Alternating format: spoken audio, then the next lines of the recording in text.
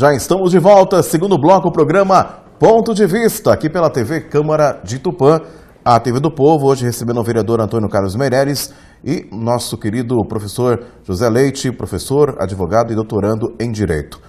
Bom, vereador, acho que podemos falar nesse segundo bloco sobre educação também, que é uma questão que preocupa a todos. Nós estávamos falando, inclusive, antes de iniciarmos a gravação, a situação da escola hoje, né, das escolas, das instituições de ensino superior também. Mas vamos falar sobre escolas, a escola pública. Sabemos que hoje, né, como o professor disse, hoje temos que primar pela qualidade, né? Buscar isso, a excelência no ensino. Inclusive, recentemente nós estivemos conversando também com representantes da POESP, falando sobre a situação, o cenário atual da escola, né, no país, em especial aqui em São Paulo. O senhor, como professor, inclusive de uma instituições de ensino superior, deve ter uma analogia, uma avaliação da questão do ensino. Para atrair o jovem também, além de buscar o jovem, oferecer um ensino de qualidade. Porque a gente sabe que, infelizmente, com o passar dos anos, perdeu-se um pouquinho também o respeito pelo professor, a imagem do professor. Infelizmente, é a grande realidade. O jovem hoje não tem aquela imagem, aquela importância. Quando você vê um mestre entrando na escola, na sala de aula, antes nós tínhamos um respeito. Era uma autoridade ali que detinha todo o conhecimento. E hoje em dia, infelizmente, em muitos casos, o jovem... Tem jovens aí, tem estudantes que até agridem os professores em sala de aula. Mas, enfim, eu queria que você falasse um pouquinho sobre a questão da educação e, como nós dissemos, buscar realmente. Temos até quantidade, mas temos que buscar também a qualidade. O problema-chave, a educação é tema-chave para a sociedade. Uhum. Então, nós discutimos, há discussões nacionais sérias sobre vários assuntos e há um silêncio muito grande sobre a questão da educação. No entanto, os países que saíram dos anos 70 de situação de subdesenvolvimento ou até de situação de extrema pobreza para situações de alto desenvolvimento, como é o caso, por exemplo, da Coreia do Sul e de outros países espalhados pelo mundo, são países que investiram, mesmo a Índia, são países que investiram pesadamente na educação. Mas não é que novamente voltamos ao nosso tema, não é só o Estado investir em educação. A toda a sociedade, toda a comunidade investir em educação. Sim, você que acompanha aí, que tá com a gente, é só parar e se avaliar. Eu estou investindo devidamente na educação do meu filho, não é só investir no sentido de que estou pagando uma escola para ele. A educação é um conjunto muito maior. A escola é um dos elementos que compõem o universo da educação. E lá na escola existe um agente muito importante que é o professor.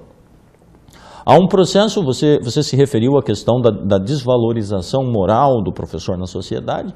Eu falaria de uma outra desvalorização que acaba não atraindo. O sujeito vai, como disse um político brasileiro, ele acaba indo para a educação mais por vocação. Ele mesmo que trabalha na educação, às vezes não tem condições de oferecer uma situação material boa para os seus filhos, também frequentar uma boa escola, porque houve uma desvalorização econômica, financeira do professor, um achatamento salarial. Imaginar municípios e estados em que um professor ganha R$ 1.500, R$ 1.600 para trabalhar 40 horas e não são 40 horas, tem mais uma sobrecarga que vai para o final de semana e Então, a educação que precisa começar a ser repensada, se nós queremos uma sociedade melhor, se nós queremos um país melhor, precisamos começar a atrair as melhores cabeças para o campo educacional. No Brasil hoje acontece o inverso. Não estou dizendo que as pessoas que estão na educação não são pessoas inteligentes, competentes. O que eu estou dizendo é que hoje, e sejamos sinceros quanto a isso, o sujeito vai para a faculdade, em geral não escolhe as faculdades que vão formar professores, e aquele que mais se prepara para ir para o mundo executivo, para o mundo das empresas, para montar sua empresa, para fazer um concurso em alguma outra área. Hoje, as áreas ligadas às engenharias, ao direito, à medicina, são altamente concorridas. enquanto áreas ligadas à formação humana, áreas ligadas especialmente às diversas pedagogias, às escolas preparatórias de professores, essas acabam tendo dificuldade até para encontrar estudantes. Então, a necessidade de mudarmos a nossa mentalidade em relação à educação. A educação é compromisso de todos e é com uma boa educação que nós vamos construir, modificar a sociedade. Em primeiro lugar, sabemos que o que existe é o hoje. Nós precisamos trabalhar no hoje.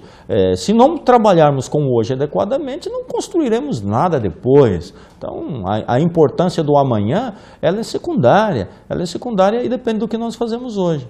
Então, a necessidade de se modificar, de começar uma discussão qualitativa, que envolve tanto a estrutura do ensino, como a valorização dos profissionais de ensino e, especialmente, com as famílias, os tutores, a família ampliada da criança e cada um de nós sabendo da importância que é o ensino, né, a instrução, a formação profissional, a formação intelectual e como uma sociedade depende das capacidades, das competências individuais das pessoas.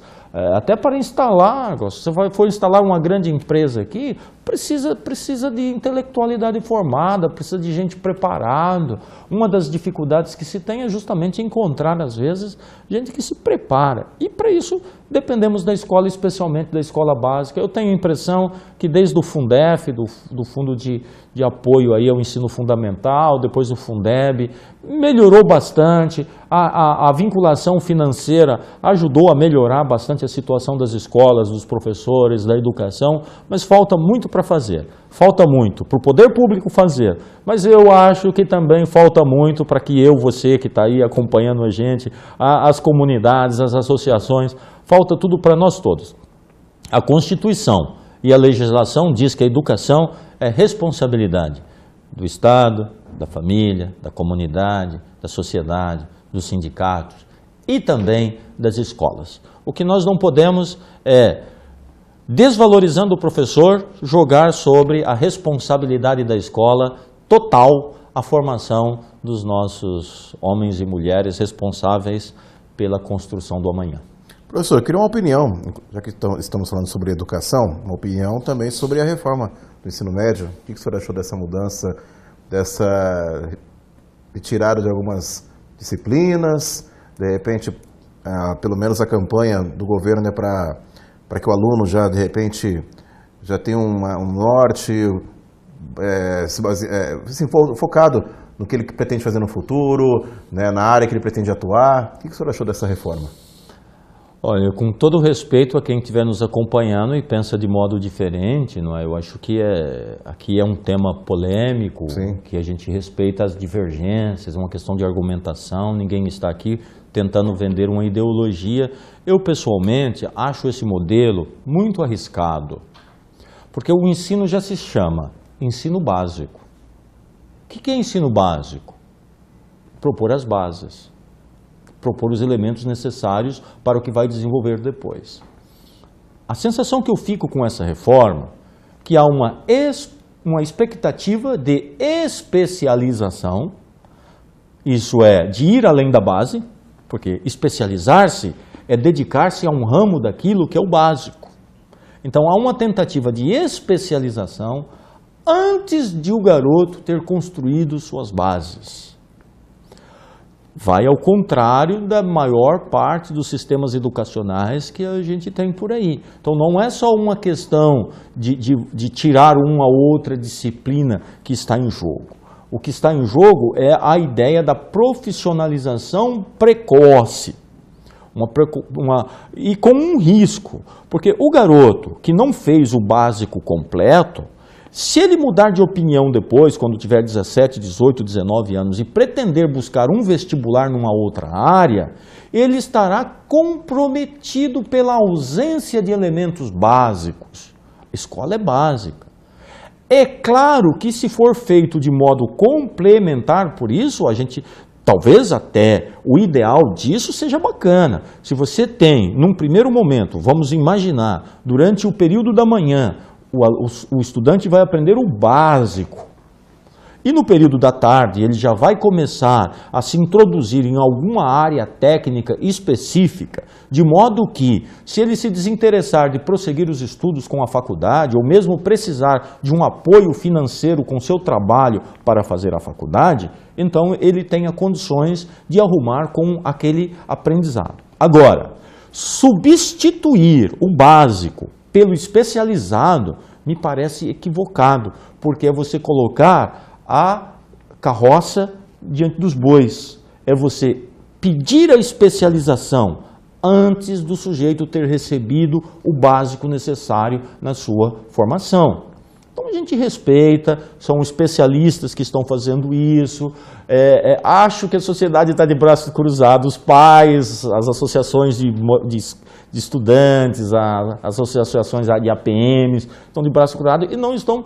Não sei se precisamos um envolvimento maior, assim como o pessoal está brigando aí pela questão da Previdência e tal, o pessoal precisaria estar mais atento a essa questão da mudança do ensino básico, porque pode ser um tiro no pé. Eu posso profissionalizar muito cedo, e quando se profissionaliza muito cedo, você pode até criar bons profissionais de um horizonte muito estreito, gente com base muito pequena, que se quiser mudar de caminho ao longo da vida, terá alguma dificuldade pela ausência dos elementos básicos. Cada vez que ele precisar seguir um novo rumo, ele precisa retornar e recompor a sua base. Então, eu sou daqueles que acham que ensino básico é ensino básico, que ensino fundamental é ensino fundamental. Ensino fundamental e básico são sinônimos, então quando a gente faz essa divisão de básico e fundamental é só uma divisão meramente pedagógica, didática, organizativa. Mas básico e fundamental é aquilo que alicerça a estrutura sobre a qual se formará o homem, o cidadão depois. A escola não está só para dar uma profissão para o sujeito, está para prepará-lo integralmente para a vida. Assim, com todo o respeito a quem organiza, para quem defende, quem tem que aplicar isso, eu tenho a impressão, e vejo alguns intelectuais da área falando sobre isso, que está um pouco equivocado pensar num currículo especializado em substituição a um currículo básico. Mais uma vez, né, vereador, como disse o professor José Leite, a importância da participação da comunidade, da população. E voltando na base, vou voltar na base da família. Né? Quando você fala família, você lembra das crianças. E quando você lembra das crianças, você lembra de educação. Né? Então, muitas vezes, os pais, hoje, falando em global, em geral, é muito individualista. Coloca o filho na escola e esquece. Acha que a educação tem que ser só da escola. Exatamente. E a primeira educação é na família. Vem do lar, né? Vem do lar. Então, quando você coloca um brinquedo para a criança brincar, você pode ver que um puxa para cá, outro puxa para lá. Eles são muito individualistas. E esse individual, os pais também acabam pegando e achando, a sociedade tem que educar meu filho. Não. Eu lembro dos meus pais que a educação vinha do lar, de casa. Né? Então, quero que as famílias, os pais, possam envolver na APM, nas associações de pais e mestres, nas escolas, estar ali presente. Ver a educação do seu filho, conhecer o professor, valorizar o professor, porque quando o professor reclama com o filho lá que não fez a tarefa, o pai vai lá reclamar porque não fez a tarefa, ficou bravo com o seu filho. Gente, olha, por isso que temos que envolver mais. Com certeza.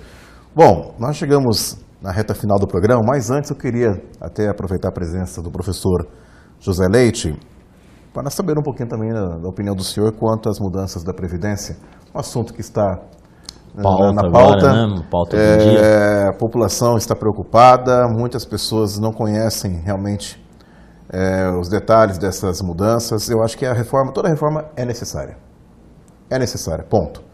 Mas tem que ser realmente avaliada, analisada, porque, na minha modesta opinião, eu acho que a população não pode pagar o preço, né, o alto preço. Não pode ser penalizada. Então tem que ter um bom senso. Mas eu queria também a opinião do senhor como um professor, um mestre, né, uma pessoa que realmente está ligada a várias áreas, a vários segmentos da sociedade e que também deve ter uma opinião formada quanto a essas mudanças propostas pelo governo, mudanças na Previdência. Olha, como você já antecipou, mudanças são necessárias. Quando a Previdência foi criada, já há décadas atrás, a expectativa de vida era uma. Sim. E hoje a expectativa de vida é outra. A possibilidade de vida útil profissional era uma, hoje a possibilidade de vida útil profissional é outra. De fato, a necessidade de se repensar, se reestruturar, se reorganizar o sistema previdenciário, o atendimento que ele presta à sociedade. Outra coisa é o modo como a discussão está sendo travada e o modo como que se pretende fazer. Tem que se jogar um pouco mais limpo. Acho esse é um tema que deveria envolver um debate nacional bem mais transparente, bem mais amplo, mostrando, por exemplo, o que é feito com o dinheiro que é arrecadado para a Previdência. As pessoas não têm noção. Às vezes nem o beneficiário tem noção. O que contribui para a Previdência não tem noção do que é a Previdência. A gente ouve o Meirelles também trabalha com a polícia, deve ouvir isso lá também. Às vezes quando fala que o preso tem salário, né, é equivocado.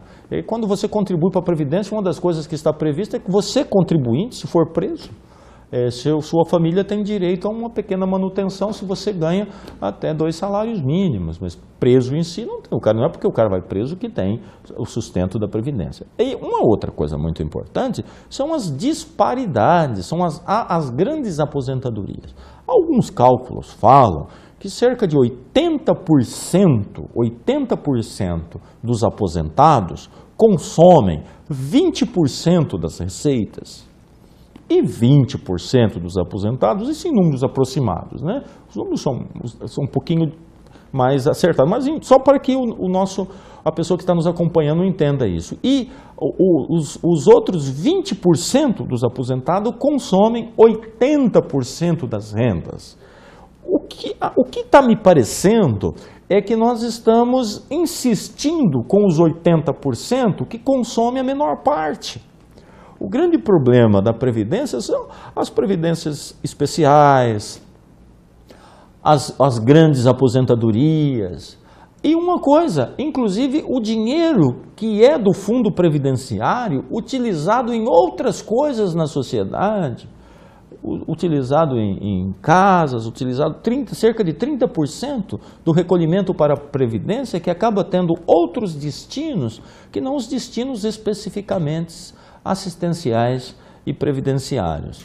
Tenho a impressão que esse é um tema que é justamente um desses temas que envolveria maior cidadania horizontal, maior manifestação. Eu ouço às vezes brincadeiras, ironias com quem concorda e com quem discorda, que revela absoluto desconhecimento com o que está acontecendo e com as consequências desta mudança. Então, mudar é preciso, realinhar as coisas é preciso, maior honestidade com o uso da Previdência é necessário, não podemos encostar na Previdência gente que tem condições de trabalhar, não dá para o sujeito contribuir 25, 35 anos e se aposentar com 45 anos de idade, depois viver até os 90 anos de idade. Essa estrutura quase quebrou países desenvolvidos. Então, é preciso repensar. Sim, é preciso repensar. Mas repensar com um amplo debate, com um franco debate,